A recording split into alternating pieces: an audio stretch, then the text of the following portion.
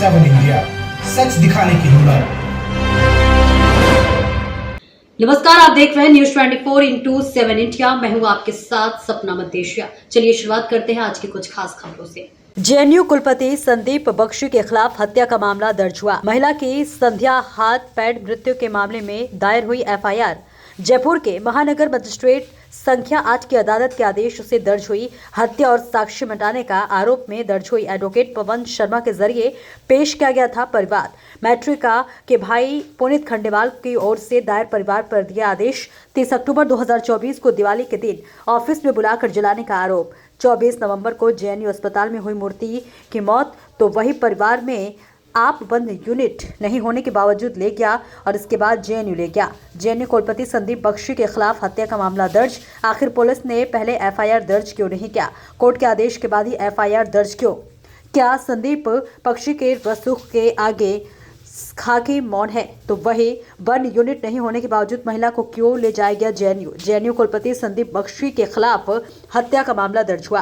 प्रशासन के आगे हाथ जोड़कर गुहार लगा रहा है पीड़िता का भाई, Jaipur national university chancellor Sandeep Bakshipara. Jaipur से प्रियंका मालिक रिपोर्ट।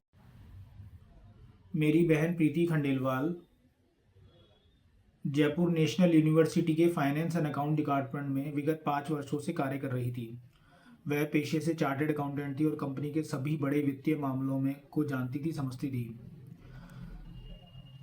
दिवाली के दिन 31 अक्टूबर 2024 को उस पर ज़बरदस्ती से ऑफिस आने का दबाव बनाया गया और उसे ज़बरदस्ती से ऑफिस बुलाया गया। वह बिल्कुल भी जाना नहीं चाहती थी, परंतु उन्होंने संदीप बख्शी जी के दबाव में आके ऑफिस में जाना स्वीकार किया। वह करीब 3:30 पर ऑफिस के लिए रवाना हुई और मुझे 5:40 पे कॉल आया कि भैया मुझे बचा लीजिए, इन सब ने मिलकर मुझे जला दिया गया है। मैं बहुत ही डर गया और हक्का बक्का रह गया और मैंने कहा कि मैं तुरंत जेएनयू के चांसलर संदीप बख्शी जी को कांटेक्ट करता हूँ। मैंने संदीप बख्शी जी को कांटेक्ट किया, पर संदीप बख्शी जी ने मेरा एक फ़ोन भी नहीं उठाया।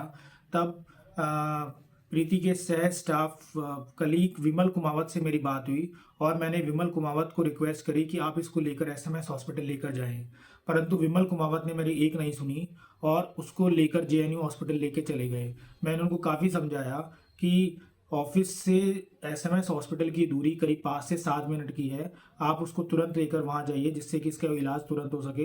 परंतु उन्होंने कहा कि हमें संदीप बख्शी जी से आदेश है कि हम इसको जेएनयू हॉस्पिटल ही लेकर जाएं। जब मैंने कहा कि जो परिवार का सदस्य हूं और मैंने आपसे रिक्वेस्ट कर रहा हूं कि उसको जेएनयू हॉस्पिटल की बजाय आप इसको एसएमएस हॉस्पिटल लेके जाए, परंतु उन्होंने साफ इनकार कर दिया और मेरी बहन को जेएनयू हॉस्पिटल ले जाने के अंदर करीब 1 से सवा घंटा लगा दिया। तब तक की स्थिति यह थी कि जब वो जेएनयू हॉस्पिटल पहुंची तो इसमें करीब 1 सवा घंटे के अंदर मेरी बहन का शरीर 60 से 65% झुलस चुका था। डॉक्टर साहब का कोई ठिकाना नहीं था।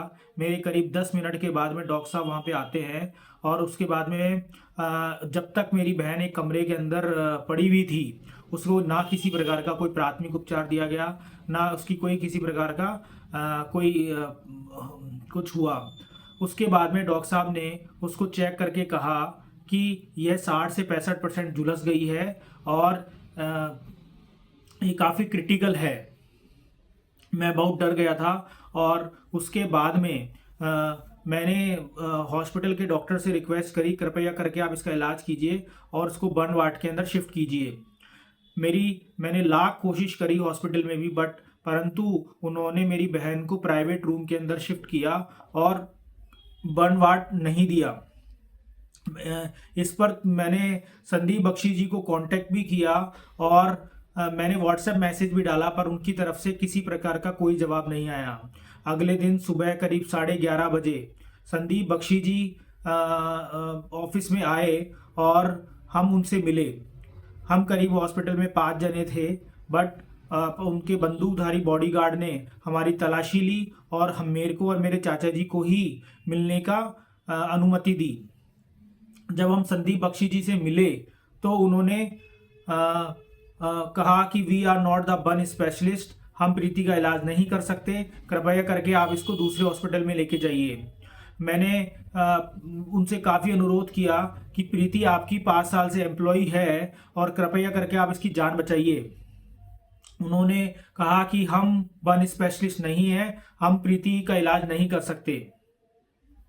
हॉस्पिटल 31 अक्टूबर को ये इंसिडेंट हुआ था। 31 तारीख की रात को जब थाने से पुलिसकर्मी वहां पर आया तो मेरी बहन को का बयान पुलिस को वाले को नहीं दिया गया। ये कह के मना कर दिया गया कि अभी वो सो रही है।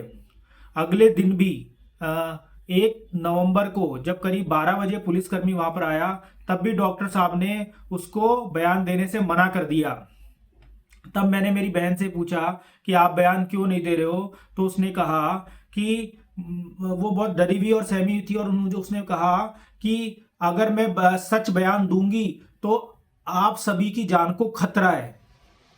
इतना ही कहकर उसने मुझे कहा। उसके बाद में मैं भी काफ़ी डर गया था और हम लोग 2 तारीख को उसको लेके महात्मा गांधी हॉस्पिटल के अंदर चले गए।